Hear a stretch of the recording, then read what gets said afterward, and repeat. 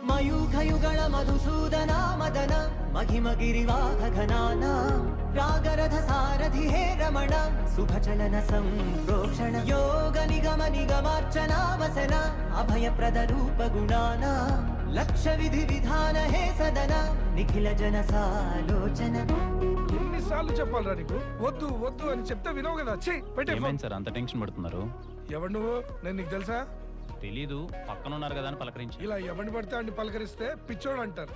పలకరించకపోతేనే పిచ్చోళ్ళు మొత్తం. యుగ యుగాలుగా ప్రబోధమై